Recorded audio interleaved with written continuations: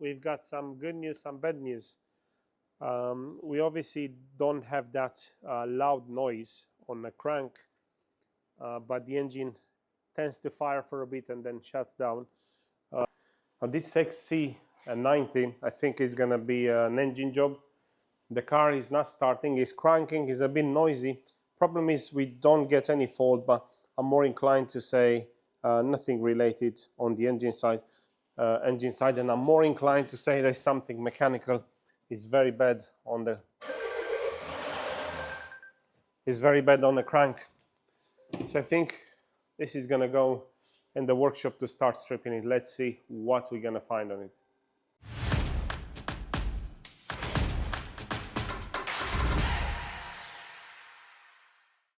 Now the top end is being stripped. This is the rocker cover. Those are the injectors that they go through the rocker cover. And the point of this, yeah, that's how the injector go. The point of this is to check the timing, because we are suspecting there's an issue with the timing. Now, we locked the engine in place, and we did find some issue. Just want to show you exactly what it is. So here is the point where we align the cams. This is the inlet camshaft. This is the exhaust camshaft in here. So far, everything fine. Camshaft is aligned, and here is where the problem lies. So we noticed that the fuel pump sprocket and the crankshaft sprocket, they out of line. So let me see if we can see that visible enough. So this is the line on the crankshaft. This is the sign here, and that should be in line with the other one, the other line on the housing, on the plastic housing. Can you pick it up, that line over there? Yeah, that line over there. Okay, and it's about like a tooth out. And same it goes with the fuel pump sprocket, which, let's see if we can see it. So, see that? Okay, let's see. Yeah, that's it. Okay, so yeah, a bit further down if you go. No, a bit higher up. Yeah, exactly. So that is visible. So that U shape, it should be in line with the hole on the aluminum brackets. So they're definitely out of position. Now, the reason behind this, it seems to be the timing belt tensioner. So we look, this is a timing belt tensioner, which is has a mechanism in it built that you always should keep the belt tense. However, it seems to be that it's failed, and he let the belt jumped. Now, we're gonna get a new timing belt kit, belt and tensioner either fully. There's a slight possibility that we have valve damage, and this is gonna be end up in an expensive repair if it's so, because we'll need to take the camshaft off to see the valves and rocker arms. But first of all, we're gonna get a new timing belt. Very critical to replace them at the right time, because otherwise can end up with costly repair unnecessarily. We have quite a few videos about that. So we'll get a new timing belt set. We're gonna put it on, set it up, and then let's see if this engine is going to run or we have more damage to it. We have got all the parts that we are going to replace. Here is the tensioner for the timing belt, not the idle wheel. Here is the tensioner, the one that it has a mechanism, and whenever you're gonna tense, this arrow here has to point the middle. Now, our suspicion is that the mechanism no longer works, and he left the belt slackened, so the belt then jumped. What we have here should also be the water pump, which on most vehicles, the water pump, it gets driven by the timing belt. Therefore, whenever the timing belt gets replaced, it's a must to replace it, because if you fail after, it's again same work. So water pump recommended to be replaced same time with the timing belt. Now we're just gonna pull out the belt. Hopefully come out quick and easy.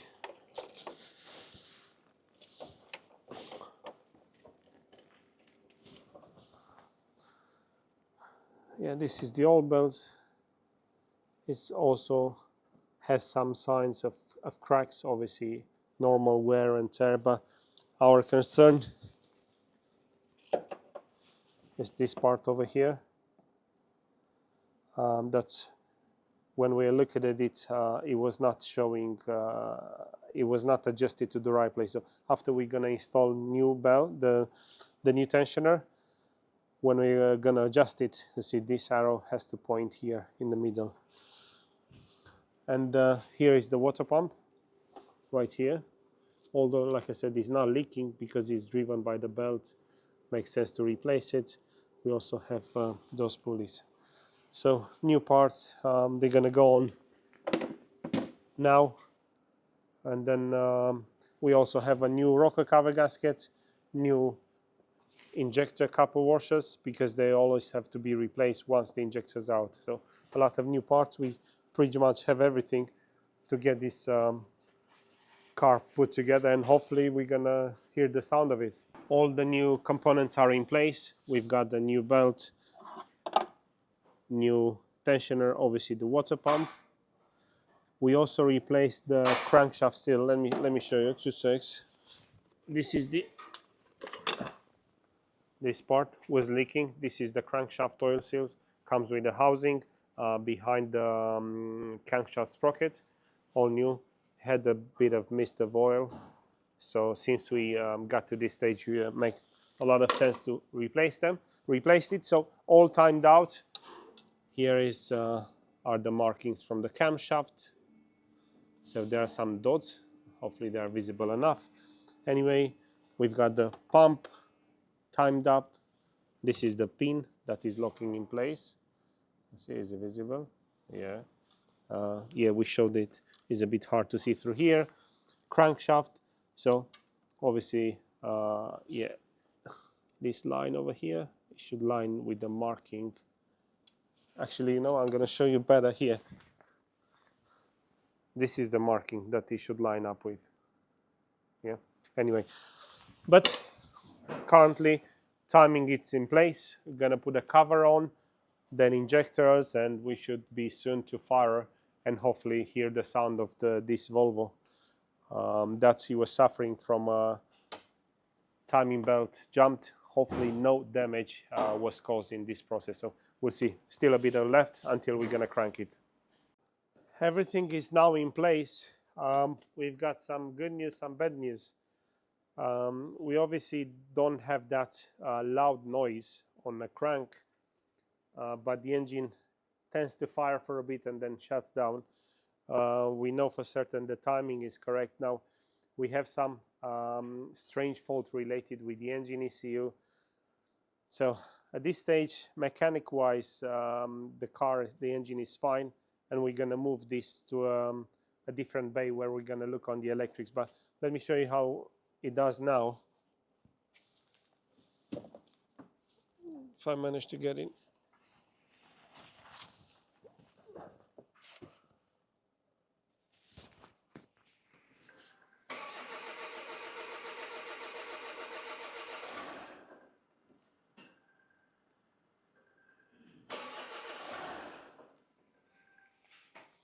So it runs for a split second, then it cuts out. Again, timing is fine. We don't have that noise anymore when we try to start the engine. The customer said this vehicle broke down on the motorway, so we have to go forward now to the electrics, as we do suspect something happening there, and more so because we have a fault related when we crank a little bit, fault related with the processor inside the engine ECU. So it's going to become a bit more tricky. Let's see what else we're going to uncover from this stage.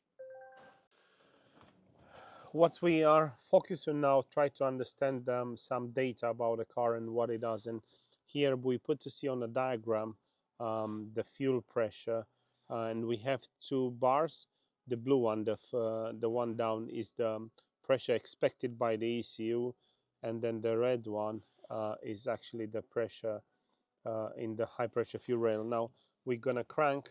We're gonna see that when we crank, if we manage to get it started, it will be even better to see whether we can see. Okay, so now we actually even got it running, which is so random because sometimes it starts, otherwise it doesn't. In here, what is so we see one thing that is not quite right. So we see a variation on the pressure in the rail, as you can see. So the again, the blue line is a steady line, and then we're looking for a red line to really follow the same line. But we have a lot of fluctuation in there, and then this is what we have to see why this is the case here, because this is absolutely not right. What is going to happen? Let me see if we switch it off again. Let's see if it's going to start. Yeah, so now it starts, but again we see a lot of fluctuation. And other than that, the engine runs okay mechanically. This is the other thing. So we kind of, at this stage, we eliminate engine mechanic wise, and I'm also eliminating at the moment, I would say, the injectors. I'm more inclined to suspect the fuel pump. Anyway, we're gonna do a fuel return injector test, make sure that there's no injector that is returning somehow too much. And then if we don't see anything there, probably we'll go for the fuel pump, which I'm suspecting it cannot build the seam. Even here, looking here, is very, so here is where it's expected to be. Now it's very high. Early on, the pressure was lower than expected. Let me clear.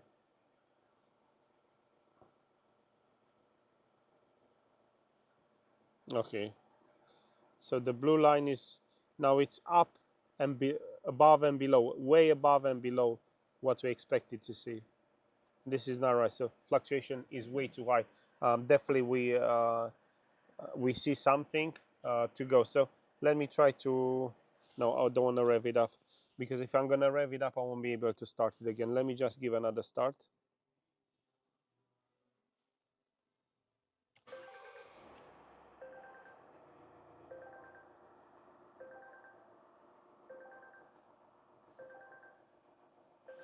Now the pressure is below what it should be.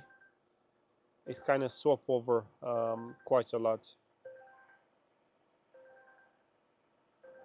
Here is definitely something not right. Now, what we have done so far, we have done an injector leak test. Now, those pipes over here have been taken out for us to measure the quantity of fuel that each injector is returning when the engine is running or cranking.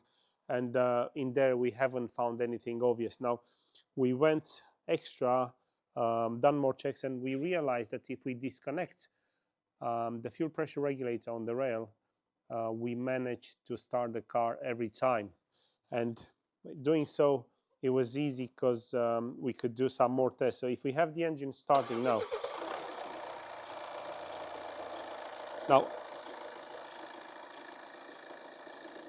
what we see here, the spikes of the difference.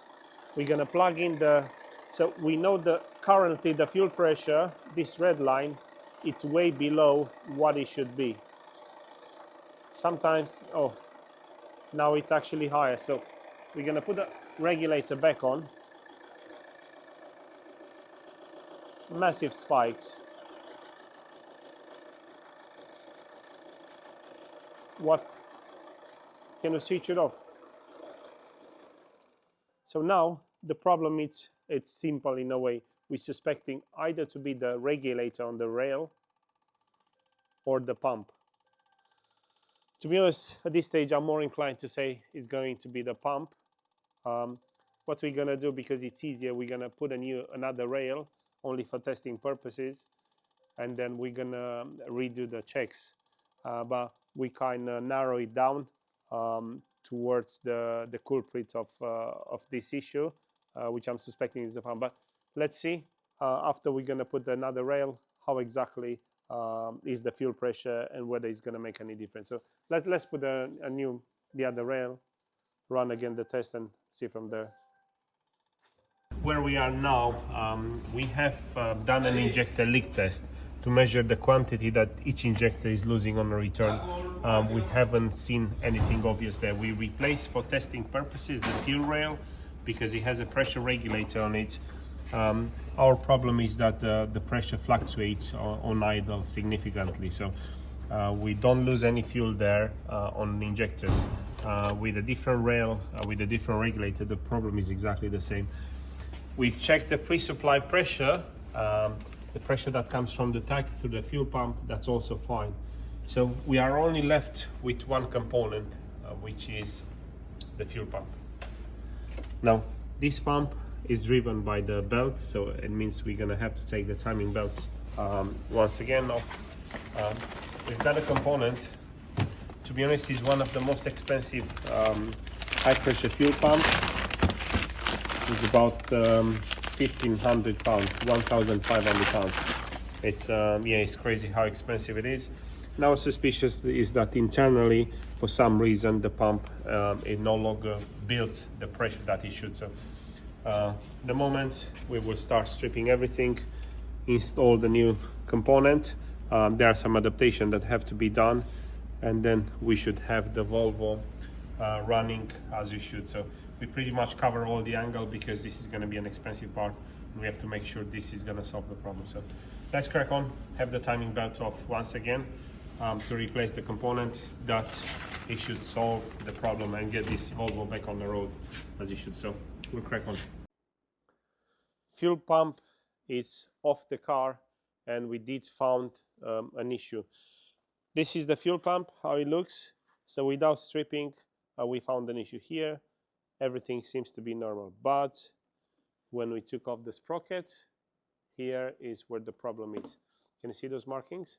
So something has rubbed against this pulley and the bracket where the pump is fitted. But so our problem is the withdraw key or a pin. There's a pin in here that should act as a withdraw key, and it should lock the sprocket in place. And what it happens, although this was not loose, it basically spin on the shaft out of position, and this pump, it should be timed. Obviously, being out of position is gonna be timed anymore. It's not gonna be the pressure is not gonna be in sync with what the engine ECU is expected to see, and so on. And that's why we have those fluctuations. So it looks like this was our cause of the problem. Now, here how it looks, the pump. So this is the withdraw key that we are expecting to hold the sprocket in place. See, it's very tiny. I hope it's visible enough. It's very tiny in terms of size. They could definitely use a different solution because, see, this goes in here. Is it visible enough? And it should keep. Although the way that it is, when it's tight, it should be kind of pressed in. However, as it happens here, it's pan.